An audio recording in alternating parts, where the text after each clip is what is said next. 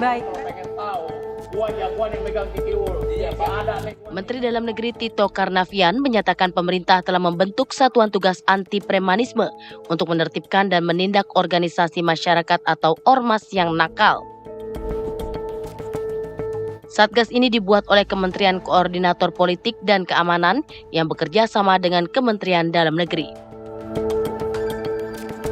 Hal ini disampaikan oleh Menteri Dalam Negeri Tito Karnavian di Kompleks Istana Kepresidenan Jakarta Kamis sore. Ia menyebut bahwa tim Satgas akan dipimpin oleh Menko Polkam Budi Gunawan. Subang, Bekasi, ada beberapa tempat lagi. Satgas ini akan melibatkan kerjasama dengan kementerian dan lembaga negara lainnya, mulai dari tahap administratif hingga eksekusi ormas yang dianggap melakukan pelanggaran hukum. Secara khusus, perkara administratif akan ditangani oleh Kementerian Dalam Negeri. Tito juga mengultimatum bahwa Kemendagri tak segan untuk mencabut izin operasional tiap ormas yang melanggar ketentuan administratif. Dari Jakarta, Yohanes Leonardo, Teddy Swendi, TV One mengabarkan.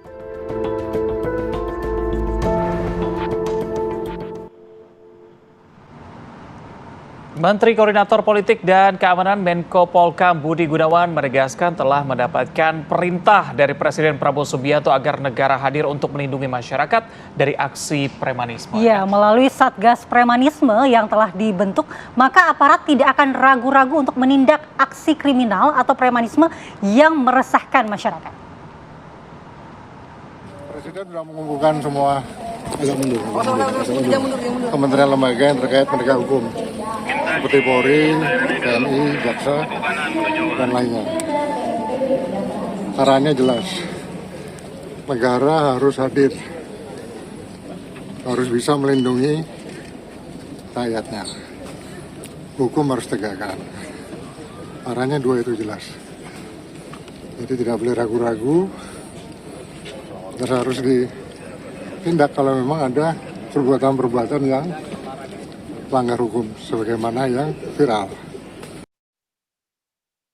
Di antaranya kan mengenai penegakan aturan-aturan yang sudah ada ya. Sebetulnya dalam aturan-aturan itu mengenai keormasan kan ada yang badan hukum, ada yang terdaftar, ada yang tidak terdaftar. Nah, kalau yang badan hukum terdaftar itu yang melakukan penindakan adalah kalau ada terjadi pelanggaran hukum itu adalah dari Kementerian Hukum. Ya, karena yang memberikan izin badan hukum itu adalah Kementerian Hukum. Kalau yang ormas yang tidak berbadan hukum tapi terdaftar di Kementerian Negeri, maka yang melakukan tindakan sanksi administratif kalau ada pelanggaran itu adalah dari Kementerian Dalam Negeri. Kalau sanksinya pelanggaran pidana, otomatis yang menegakkan adalah dari penegak hukum, kepolisian terutama. Jadi Satgas ini lebih utamanya adalah bagaimana menegakkan aturan-aturan yang sudah ada. Jadi siapa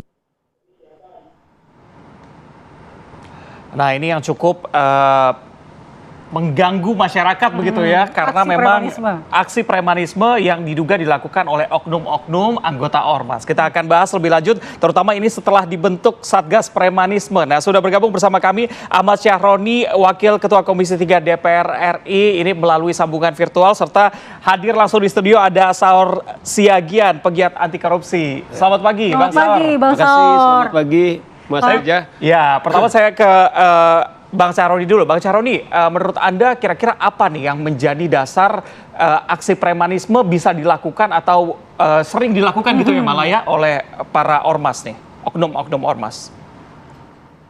Jadi begini ya, terkait dengan masalah premanisme, simpel aja kok. Kalau ini mau diselesaikan dengan baik, kalau dengar tadi Pak Menko Polkam sudah menyampaikan untuk berantas premanisme. Ini masalahnya kok jadi isu nasional berhadapan dengan preman. Sayang banget gitu Republik ini. Makanya kemarin saya kunjungan kerja spesifik ke Polda Metro Jaya. Saya senang atas apa yang disampaikan Kapolda, mau melaksanakan apel gabungan seluruh rangkaian institusi bidang khusus, misalnya Kopassus, ada dari tentara angkatan udara, ada angkatan laut. Saya bilang, Pak Jenderal, pride-nya kita harus dijaga negara, Pak. Kenapa? Masa iya lawan premanisme aja cuma sebegini ramenya, mau ngapain? Ayo Pak, segera. Kalau Menko Polhukam udah ngomong, apalagi tadi Mendagri tentang legalitas administrasi. Kalau mereka sudah ngomong semua, tidak ditindaklanjuti, buat apa? Rame-rame, ribut-ribut, ngomong berantas premanisme, berantas. Kagak ada urusannya kalau perintahnya tidak langsung ditindaklanjuti. Sayang, ini harga diri bangsa ini kemana kalau ributnya sama preman. Silakanlah kalau mau ada wilayah atau kekuasaan yang pengen salah satu ormas untuk membentengi para oknum apa misalnya, nggak apa-apa. Tapi tolong dong, jangan juga menantang seorang mantan purnawirawan di ruang publik misalnya begitu. Ini kemana ini pride kita? Sayang gitu. Gimana juga dia adalah mantan purnawirawan, mantan jenderal. Sayang kalau cuman diremeh-temehin oleh pihak-pihak yang nggak bertanggung jawab. Sayang gitu. Makanya saya dari kemarin kesel banget sebagai rakyat lah, mewakili rakyat lah. Ini nggak boleh didiamkan ini. Pak Prabowo Subianto nggak suka dengan ini, pasti itu. Tapi jangan dong berlawanan dengan premanisme, kita rame-rame di sini, sebenarnya nggak pantas begini. Sayang gitu, para advokat kemarin datang ke Komisi 3 misalnya menyampaikan hal-hal. Ingat gak kejadian dulu Pak Dudung sama Effendi Simbolon? Satu tentara ngelawan Effendi Simbolon. Nah sekarang, ayo tentara lawan dong tuh premanisme. Pengen tahu saya. Ya, Bang Saroni. Demikian. Ini kalau sampai akhirnya negara membentuk Satgas, berarti penegakan hukumnya sejauh ini nggak efektif dong? Ya. Ini kan baru dibentuk Satgasnya. Tapi kan sampai akhirnya dibentuk gitu. Premanisme. Ya, tapi kan faktanya sampai saat ini meresahkan masyarakat. Premanisme baru jalan pembakaran 3 mobil di Depok kemarin. Tapi udah ditangkap pelakunya semua. Oke, berarti menurut Abang Syahroni sejauh ini tidak ada aksi premanisme. Gimana? Berarti menurut Abang Syahroni, kalau tadi Abang bilang ini baru kejadian begitu ya, berarti sebelum-sebelumnya tidak ada aksi premanisme dari ormas begitu? Sebenarnya banyak aksi premanisme pada kelompok pribadi. Tapi kalau akhirnya membawa organisasi atas nama organisasi, ujung-ujungnya organisasinya diamanin, pelakunya dipenjarain. Jadi organisasinya ya diamanin, orangnya tangkep-tangkepin nggak apa-apa. Tapi berdirinya organisasinya diamanin. Sayang dong kalau akhirnya dikit-dikit organisasinya kan nggak salah, memang. Oke, Bang Saroni, berarti ini kan menandakan bahwa sebenarnya ormas-ormas ini yang berkedok ormas melakukan aksi premanisme memang sulit diberantas karena ada backing elit atau mungkin tokoh-tokoh lokal begitu, Bang Saroni, yang membackingi. Baik, mungkin minta langsung tanggapan dari Bang Saur. Iya, saya mau disclaimer dulu ya. Kami ini para advokat dalam 2 hari, jadi saya mengkoordinir dalam 2 hari soal concern premanisme ini. Dalam 2 hari kami berkumpul 100 orang. Artinya bagaimana keprihatinan kita luar biasa.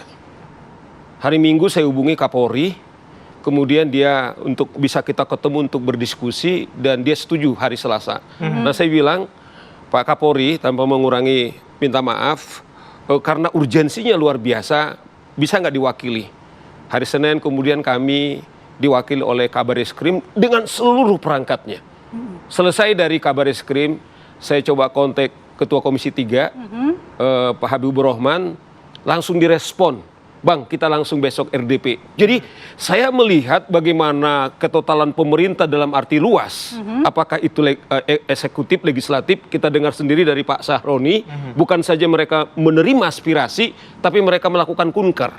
Barangkali kenapa ke Jakarta? Karena mungkin ini strategis ibu kota negara, yang juga barangkali aksi-aksi itu sangat telanjang di kita. Kenapa ini dianggap urgensinya sangat Nah, menurut besar, saya Bang? seperti dibilang Sahroni sudah sangat. Bayangkan misalnya kepala daerah sudah diancam hanya mengatakan satu kata ormas, tidak ada menyebut simpulnya, kemudian mengancam akan mengerahkan 50.000 orang, anggota saya 500.000 dan tidak akan mungkin kemudian dibubarkan polisi. Dan Anda tahu kalau aparat penegak hukum saja dikejar-kejar, dilukai, kemudian mobilnya dibakar, bukankah ini sudah mengatakan bahwa mereka lebih kuat dari negara? Inilah menurut saya salah satu urgensinya. Tiap hari kita lihat mereka berantem satu dengan yang lain, ada yang bawa senjata, kemudian mempersekusi.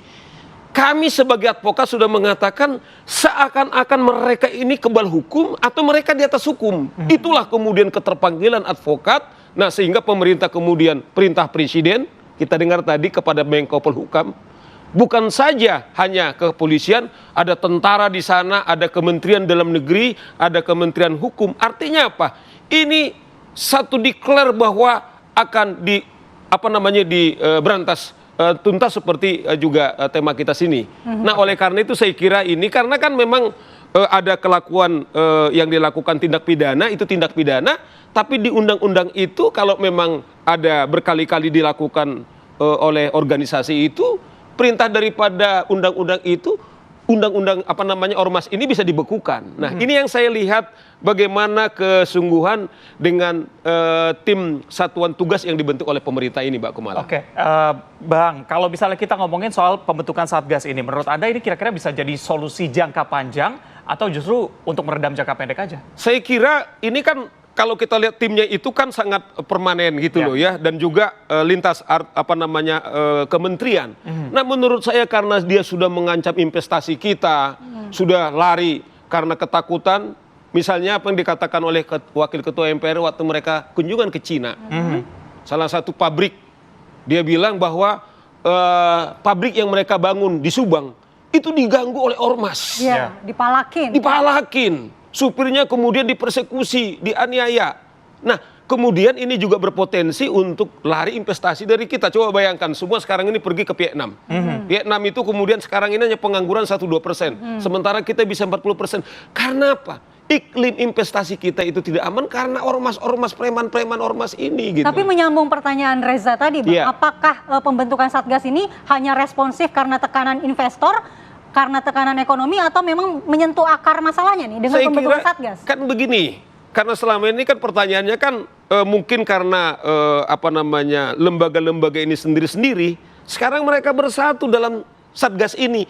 Ada di situ polisi, kemudian ada tentara, saya dengar ada intelijen yang coba mencari-cari orang-orang yang selama ini juga diduga bisa melakukan tindakan-tindakan premanisme. Siapa sipil dikasihkan kepada polisi. Nah, yang menarik bagi saya adalah bagaimana pesan serius. Andaikan ada tentara yang mencoba membackingi. Nah, karena ada Danpuspol, kami akan menindak tegas katanya. Jadi tidak ada lagi kesempatan yang membackingin ormas ini, bahkan mengklaim. Seperti dibilang Pak Sahroni, pasti presiden marah karena soal ini. Tapi ada orang mengklaim sepertinya dekat dengan polisi. Inilah menurut kami penghinaan, pengecut daripada ormas-ormas preman-premanisme ini gitu loh, Mas Ridja. Baik, Bang Saur, kita akan bahas lebih lanjut apakah benar Satgas ini nantinya menjadi jaminan untuk menghilangkan aksi-aksi premanisme, Reza. Tapi kita harus jeda terlebih dahulu, saat lagi di Apa Kabar Indonesia Pagi, pemirsa.